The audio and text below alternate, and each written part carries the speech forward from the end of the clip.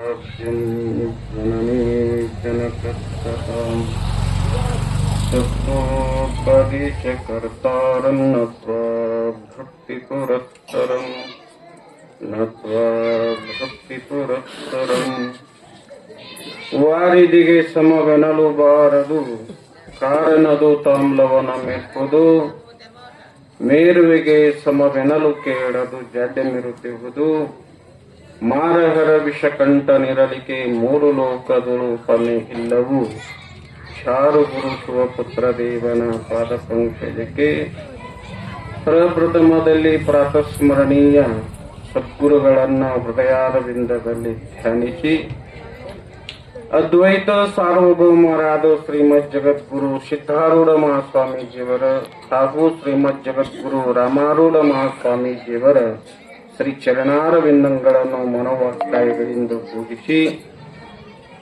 ಎನ್ನ ಗುರುಗಳಾದ ಸದ್ಗುರು ಬ್ರಹ್ಮಾನಂದ ಮಹಾಸ್ವಾಮೀಜಿಯವರ ಶ್ರೀ ಚರಣಕ್ಕೂ ಅನಂತ ಕೋಟಿ ನಮನಗಳನ್ನು ಸಮರ್ಪಿಸಿ ಈ ಕ್ಷೇತ್ರ ಯಲ್ಲಾಲಿಂಗ ಮಹಾರಾಜರ ನಿಲಯ. ಜಗತ್ತಿನಲ್ಲಿ ಮಹಾನ್ ತಪಸ್ವಿಗಳು, ಜ್ಞಾನಿಗಳು, ಔದಾರಿಕ ಪುರುಷರು ಯಲ್ಲಾಲಿಂಗ ಮಹಾರಾಜರನ್ನು ತಮ್ಮೆಲ್ಲರಿಗೂ ಕೂಡ ಗೊತ್ತಿದೆ. ಅಂಥ ಮಹಾತ್ಮರ ಶ್ರೀಚರಣಕ್ಕೂ ಅನಂತ ಕೋಟಿ ನಮನಗಳನ್ನು ಸಮರ್ಪಿಸಿ ಈ ಕ್ಷೇತ್ರದಲ್ಲಿ ಇಲ್ಲಿಯ ಪರ್ಯಂತರವಾಗಿ ತಮ್ಮೆಲ್ಲರಿಗೂ ಕೂಡ ಪ್ರವಚನವನ್ನ ನೀಡಿದ ಪ್ರಶಾಂತ್ ಮಹಾರಾಜರಿಗೂ ಕೂಡ ಶರಣು ಶರಣಾರ್ಥಿಗಳನ್ನ ಹೇಳುತ್ತಾ ಈ ವೇದಿಕೆಯ ಮೇಲೆ ಉಪಸ್ಥಿತರಿರುವ ಎಲ್ಲ ಮಾನ್ಯರಿಗೂ ತಮ್ಮೆಲ್ಲರಿಗೂ ಮತ್ತು ನಮ್ಮ ಮಾಧ್ಯಮದವರಿಗೂ ಕೂಡ ಅನಂತ ಶರಣುಗಳನ್ನ ಹೇಳುತ್ತಾ ಇಲ್ಲಿ ಪರ್ಯಂತರವಾಗಿ ಬಹು ಸುಂದರವಾಗಿ ಏನೂ ಉಳಿಲಾರ್ದಂಗೆ ಹೇಳಿದರು. ಏನು ಉಳ್ದೇ ಇಲ್ಲ. ಅಧ್ಯಾತ್ಮ ಅಂದ್ರೆ ಬೆಲ್ಲದ ಉಂಡಿದ್ದಂಗೆ, ಬೆಲ್ಲದ್ದು ಗಟ್ಟಿರ್ತದಲ್ಲ ಬೆಲ್ಲ, ಅದು ಪೆಂಟಿ, ಅದು ಬೆಲ್ಲ ಎಲ್ಲಾ ಕಡೆಗೆ ರುಚಿ ಇರ್ತದೆ. ಬೇಕಾದ ಕಡ್ಕೋತ ಹೋಗ್ರೆ ಅದು ಸವಿದು ಸಿಹಿ ಕಮ್ಮಿ ಆಗುದಿಲ್ಲ. ಅದು ಎಷ್ಟು ಹೇಳಿದ್ರು ಕೊಡ್ತೀನಿ, ಆದ್ರೆ ನಾವೇ ಅದನ್ನ ಎಷ್ಟು ಈಗಿನ ಕಾಲದಾಗ ಬಾಳ ತಿನ್ನಂಗಿಲ್ಲ. ಬೆಲ್ಲ ಪಲ್ಲ ಸಿಹಿ ಅದಂತ ಹೇಳಿ ಬಾಳ ತಿಂದ್ರೆ ಏನಾಕದ, ದವಾಖಾನಿಗೆ ಹೋಗ್ಬೇಕು ಮರ್ದಿನ ಬುಂದೆ ಜಿಲೇಬಿ ತಿಂದ್ರೆ ಸಿಹಿ ಅದ. ಬಹಳ ಅತಿ ಮಿತಿ ಮೀರ್ತು ಅಂದ್ರೆ ಸಿಹಿ ಕೂಡ ರೋಗಕ್ಕೆ ಕಾರಣಕ್ಕ.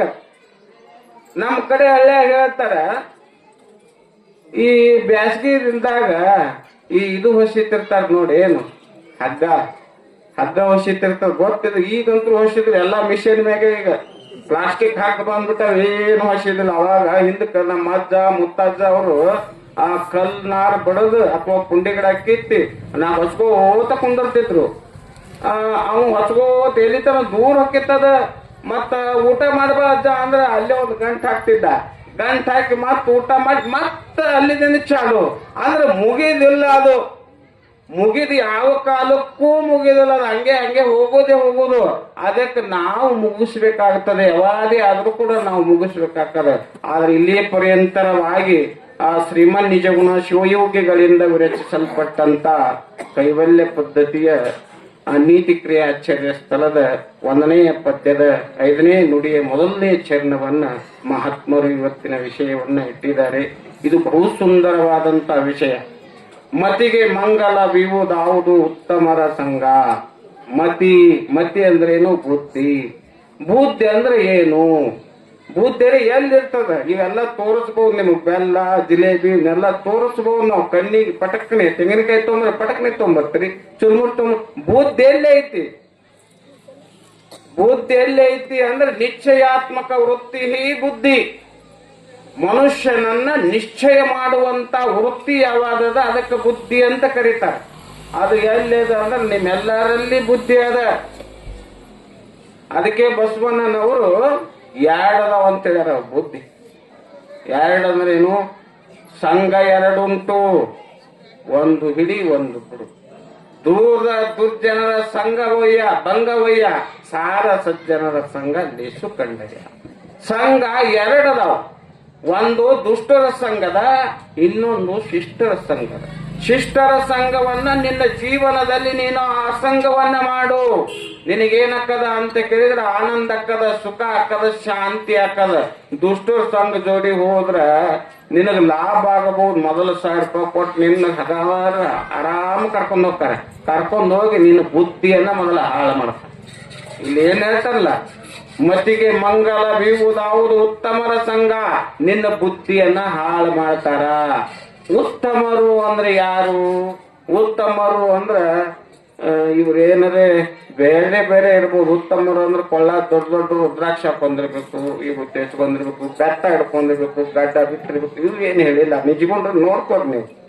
ಉತ್ತಮರು ಅಂದ್ರೆ ಯಾರು ಅಂತ ಕೇಳಿದ್ರೆ ಜಗವೆಂದೊಡಂತಾನೆ, ಜಗದೀಶನಂತಾನೆ, ಜಗದಾತ್ಮರೆಲ್ಲರಂತಾನೆಂದು ಬಗೆವಾತನು ಉತ್ತಮನು ನೋಡ.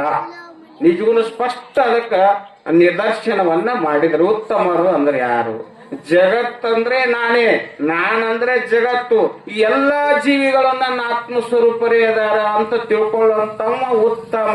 ಅವು ಉತ್ತಮ ಅಂತ ಕರೀತಾರೆ. ಅದು ಬೇರೆ ಅದ, ಇದು ಬೇರೆ ಅದ, ಅದು ದೊಡ್ಡದ, ಅದು ಸಾಂದದ, ಇನ್ನು ಭೇದ ಬುದ್ಧಿಯಲ್ಲಿ ಇದ್ನು ಅಂದ್ರೆ ಅವ ಉತ್ತಮ ಅಲ್ಲ. ಜ್ಞಾನದ ಲಕ್ಷಣ ಏನು ಅಂತ ಕೇಳಿದ್ರೆ ಅಭೇದ ದರ್ಶನಂ ಜ್ಞಾನ. ಜ್ಞಾನ ಅಂದ್ರೆ ಏನು? ಅಭೇದವಾಗಿ ಕಾಣುವುದು. ಜಗತ್ತೇ ಬೇರೆ ಅಲ್ಲ, ಜೀವಿಗಳು ಬೇರೆ ಅಲ್ಲ, ನಾವು ಎಲ್ಲರೂ ಒಂದೇ ಅಂತ ತಿಳ್ಕೊಳ್ಳೋದು. ಅಭೇದ ಏನದ ಅದು ಏನು? ಜ್ಞಾನದ. ಮತ್ತಿನ್ ಅಭೇದ ಎಲ್ಲ ಒಂದೇ ಅದಲ್ರಿ ಅಂದ್ರೆ ಒಂದೇ ಅದಂದ್ರೆ ತಮ್ಮ ಒಂದೇ ಅದಂತ ಒಳಗ್ ಸರಗಟ್ಟಕ್ ಬರ್ತದ. ಮಂದಿ ಎಲ್ಲ ಒಂದೇ ಅದಂತ ಹಂಗ ಕಟ್ಟಬಾರ್ದು. ಪರಮಾತ್ಮನೇ ಈ ಕಣ್ಣ ತಯಾರು ಮಾಡ್ಯಾನ, ಕಣ್ಣ ಮೂಗುನು ಅವನೇ ತಯಾರು ಮಾಡ್ಯಾನ. ಕಣ್ಣಿನ ಕೆಲಸ ಮೂಗಿಗೆ ಬರೋದಿಲ್ಲ, ಮೂಗಿನ ಕೆಲಸ ಕಣ್ಣಿಗೆ ಬರೋದಿಲ್ಲ. ಯಾವಾಗ್ರ ಒಂದು ಗುಲಾಬಿ ಉತ್ಕೊಂಡು ಕಣ್ಣಿಗೆ ಬಿಡ್ರಿ ಬಾ, ನಾಟ ನೋಡ್ತದ. ಎಲ್ಲಿಗೆ ಇಟ್ಕೋಬೇಕು? ಮೂಗಿಗೆ ಇಟ್ಕೋಬೇಕು. ಅವನೇ ತಯಾರು ಮಾಡ್ಯಾನ ಈ ಸೃಷ್ಟಿ ಶರೀರ, ಅವನೇ ತಯಾರು ಮಾಡ್ಯಾನ. ಆದ್ರ ಅಲ್ಲಿ ಬೇರೆ ಇಟ್ಟಾನ. ಯಾವ ಕೆಲಸ ಯಾವಾಗ ಮಾಡಬೇಕು, ಯಾವ ಕಾರ್ಯ ಯಾವಾಗ ಮಾಡಬೇಕು. ಈ ಶರೀರದಾಗ ಹೆಂಗ್ ಸಿಸ್ಟಮೆಟಿಕ್ ಅದ ಪರಮಾತ್ಮ ಇಟ್ಟಾನ. ಕಿವಿದೇ ಬೇರೆ, ಕಣ್ಣಿಂದೇ ಬೇರೆ, ಬಾಯಿದೇ ಬೇರೆ, ನಾಲ್ಗೆದೇ ಬೇರೆ. ಅವುಗಳ ವ್ಯವಹಾರ ಹೆಂಗ ಭೇದ ಅದ. ಶರೀರ ಒಂದೇ ಅದ. ಈ ಜಗತ್ತೆಲ್ಲ ಒಂದೇ ಅದ. ಪರಮಾತ್ಮ ಒಬ್ಬನೇ ಅದಾನ. ಅವ ಏನು ಅಂತ ಕೇಳಿದ್ರೆ ಇದು ಭೇದಾಕಾರವಾಗಿ ತೋರಿದಲ್ಲ, ಅದು ನಿನ್ನ ಜ್ಞಾನದ ಮೂಲಕವಾಗಿ ತೋರಿದ. ಅದಕ್ಕೆ ದೇವರು ಪರಮಾತ್ಮ ಎಲ್ಲ ಒಂದೇ. ಬಸವಣ್ಣನವರು ಅದನ್ನು ಸ್ಪಷ್ಟವಾಗಿ ಹೇಳ್ಕೊಂಡ್ ಬಂದಿದ್ದಾರೆ. ಇಬ್ಬರು ಮೂವರು ದೇವರೆಂದು ಬಿಬ್ಬಿ ಮಾತನಾಡಬೇಡ, ದೇವರು ಒಬ್ಬನೇ ಕಾಣಿರು. ಇಬ್ಬರೆಂಬುದು ಇಲ್ಲವೆಂದಿತು ವೇದ ಅಂತ ಬಸವಣ್ಣನವರು ಈ ಮಾತನ್ನ ಸ್ಪಷ್ಟವಾಗಿ ನಮಗೆ ನಿರೂಪಣೆಯನ್ನ ಮಾಡಿದ್ದಾರೆ. ಅದಕ್ಕೆ ನಾವು ಏನ್ ಮಾಡ್ಬೇಕು ಅಂದ್ರೆ ಬುದ್ಧಿಯನ್ನ ತಿದ್ಕೋಬೇಕು. ಬುದ್ಧಿ ಎಲ್ಲಿ ಹೋದ್ರೆ ಶುದ್ಧಕ್ಕದ ಹುಡುಕಬೇಕು. ಎಲ್ಲಿ ಹೋದ್ರೆ ಹಾಲು ಸಿಗ್ತಾವಪ್ಪ, ನಿಮ್ಗೆ ಗೊತ್ತಾಗೋದಿಲ್ಲ. ಹಾಲು ಎಲ್ಲಿ ಸಿಗ್ತಾವು? ಡೇರೆದಾಗ ಸಿಗ್ತಾವು. ಶೆರೈ ಎಲ್ಲಿ ಸಿಗ್ತದೆ? ಅವ್ರು ನೋಡ್ಬೇಕು ನೀವು. ಅವ್ರ ಶೆರೈ ಒಂದ್ ಸ್ವಲ್ಪ ನಾಟ್ ಹತ್ತು ಅಂದ್ರೆ ಅವ್ರು ಆ 10 ಕಿಲೋಮೀಟರ್ ಇದ್ರಲ್ಲಿ ಹೋಗಿ ತಗೊಂಡ್ಬರ್ತಾರೆ. ಅವ್ರು ಯಾಕಂದ್ರೆ ಗುಂಗ ಅನ್ನೋದು ದೊಡ್ಡ ಸಮಾನಶೀಲ ವ್ಯಸನೇಶ ಸಖ್ಯ. ಗೆಳತನ ಹೆಂಗಿರ್ತದ? ಸಮಾನಶೀಲ ಇರ್ಬೇಕು. ಪೂಜೆ ಮಾಡವ ಶೆರೆ ಕೂಡ ಅಂದ್ರೆ ಕೊಡ್ತಾರ, ಕೊಡುದಿಲ್ಲ. ಅವ್ರಿಗೆ ಅವ್ರು ಹೊಂದಾಣಿಕೆನೇ ಹಾಕೋದಿಲ್ಲ. ಹಿಂಗೆ ಒಂದ್ ಹಳ್ಳ್ಯಾಗ, ಈ ಬಾಗಲಕೋಟೆ ಅಂತ ಹಳ್ಳ್ಯಾಗ ಇಬ್ರು ಹೆಣ್ಮಕ್ಳು ಗೆಳತಾಂದವ್ರು ಇದ್ರಂತ. ಭಾರಿ ಗೆಳತಾನ ಇಬ್ಬರು, ಮೊದಲಿನಿಂದಲೂ ಹೇಳ್ತಾನ. ಒಬ್ಬಾಕಿ ಹೂವ ಮಾರಕ್ಕಿತ್ತು, ಒಬ್ಬಾಕಿ ಈ ಕೆರೆಯಾಗಿರ್ತಾವಲ್ರಿ ಮೀನಾ ಹಿಡಿದು ಮಾರಕ್ಕಿದ್ಲು. ಈಕಿ ಹೂವ ಮಾರಕ್ ದಿನಂಪ್ರತಿ ಬಸ್ ಹಚ್ಚಿ ಹೋಗಿದ್ಲು. ಈಕಿನೂ ಮೀನಾ ಹಿಡ್ಕೊಂಡು ಈಕಿನೂ ದಿನಂಪ್ರತಿ ಹೋಗಿದ್ಲು. ಹೋಗಿ ಮೀನಾ ಅಕ್ಕಿ ಮಾರಿ ಬರ್ತಿದ್ಲು, ಈಕಿ ಹೂವ ಹಚ್ಚಿ ಮಾಲಿ ಮಾರಿ ಇಕ್ಕಿ ಬರ್ತಿದ್ರು. ಅದು ಏನಾಯ್ತು ಅಂದ್ರೆ ದಿನ ಹಿಂಗೆ ಮಾಡಿದ್ರೆ ನಡೀತು. ಒಂದಿನ ಏನಾಯ್ತು ಅಂದ್ರೆ ಇಬ್ಬರಿಗೆ ಬಸ್ ತಪ್ಪಿಡ್ತು. ಬಾಗಲಕೋಟೆ ಅಂತ ಊರಾಗ ಕುಂತಾರಿಬ್ರು, ಬಸ್ ತಪ್ಪಿಡ್ತು. ತಪ್ಪಿದ ಕೂಡಲೇ ಏನಾಯ್ತು ಅಂತ ಕೇಳಿದ್ರೆ ನಿಂದು ಬಸ್ ತಪ್ತು, ನಂದು ಬಸ್ ತಪ್ತು. ಇಬ್ರು ಕೂಡ ಎಲ್ಲರೇ ನಾಷ್ಟ ಚಾ ಕುಡಿದು ಮನ್ಕೊಂಡ್ ಬಾರವ ಅಂತ ಹೇಳಿ ಇಬ್ರು ಹೋದ್ರು. ಹೋದ ಕೂಡಲೇ ಒಂದ್ ಹಳಿದ ಒಂದ್ ಮನಿ ಇದು ಟೈಪ್ ಅಂಗಡಿ ಟೈಪ್ ಇತ್ತು. ಅಲ್ಲಿ ಇಬ್ರು ಮನ್ಕೋಬೇಕಂತ ಹೇಳಿ ನಿಂದ ಎಷ್ಟು ದೊಡ್ಡದಲ್ಲ ಚೀಲ ಅಂತಿಕ್ಕಿ, ಈಕಿನ ಚೀಲ ದೊಡ್ಡದಂತಾಕಿ ನಿನ್ ಚೀಲ ನಾನ್ ತಲ್ಗುಂತ ಅಂತೇಳಿ ಹೂವ ಮಾರಕ್ಕಿ ಮೀನಾ ಮಾರಕ್ಕಿನ ಚೀಲ ತಗೊಂಡ್ ತಲ್ಗುಂಬಿಟ್ಕೊಂಡ್ ಮಕ್ಕೊಂದು. ಮೀನಾ ಮಾರಕ್ಕೆ ಹೂವಿನ ಚೀಲ ತಗೊಂಡ್ ಅಕ್ಕಿ ತಲ್ಕೊಂಡ್ಬಿಟ್ಕೊಂಡು, ಆಕಿ ಹೂವ ಮಾರಕ್ಕಿಗೆ ಏನಾಯ್ತು ಅಂದ್ರೆ ಮೀನಿನ ನಾತ ಆಗಿ ಬರ್ಲಿಲ್ಲ. ಆಕಿ ಅಯ್ಯೋ ಏನ್ ನಾಡ್ತದವ ಇದು ಏನ್ ನಾಡ್ತದವ ನಿದ್ದಿನೇ ಹತ್ಲಿಲ್ಲ ಆಕಿ ಆ ಕಡೆ ಒಳ್ಳೆ ಈ ಕಡೆ ಒಳ್ಳೆ ನಿದ್ದಿನೇ ಬರ್ಲಿಲ್ಲ ಮೀನಿನ ನಾತ್ ಹೂವ ಮಾರಕ್ಕಿಗೆ ಹೆಂಗ್ ಹತ್ತಿತ್ರಿ ಹತ್ಲಿಲ್ಲ ಆಕಿಗೆ ನಿದ್ದಿನೇ ಹತ್ಲಿಲ್ಲ ಹೂವ ಮಾರಕ್ಕೆ ಮೀನಿನ ಆಗಿ ಬರ್ಲಿಲ್ಲ ಮೀನ ಮಾರಕ್ಕೆ ಆಕಿಗೂ ಹೂವಿನ ನಾತ್ ಆಗಿ ಬರ್ಲಿಲ್ಲ ಆಕಿ ಏನ್